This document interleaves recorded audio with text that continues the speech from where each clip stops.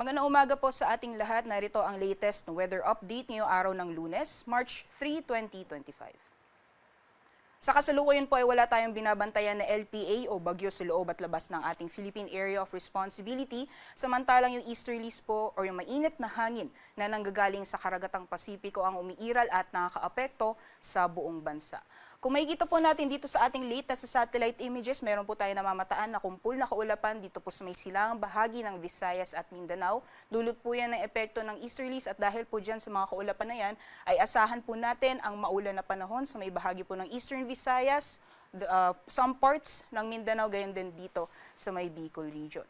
Samantalang sa Metro Manila, pati na rin po sa nalalabing bahagi ng ating bansa, magiging maaliwalas po yung panahon ngayong araw pero may mga posibilidad pa rin na mga panandalian o mga biglaang buhos ng ulan dulot po ng mga localized o mga isolated na thunderstorms.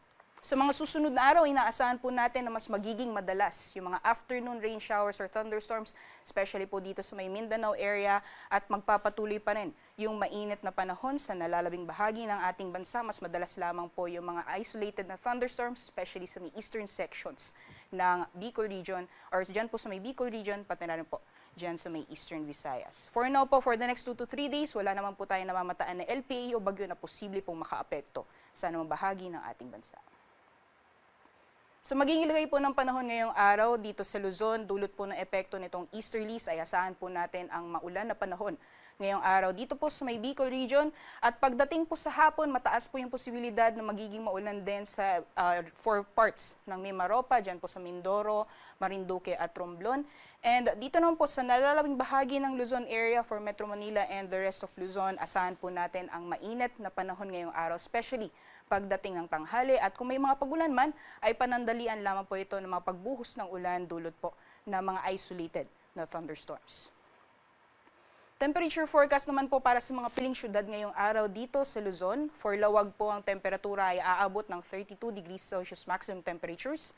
33 degrees Celsius maximum temperatures naman para sa Metro Manila, pati na rin po sa Tugigaraw. Sa Baguio, agwat ng temperatura ay maglalaro mula 17 hanggang 26 degrees Celsius, 21 to 30 degrees Celsius para sa Tagaytay, at sa Legazpi naman maximum temperature sa abot ng 31 degrees Celsius.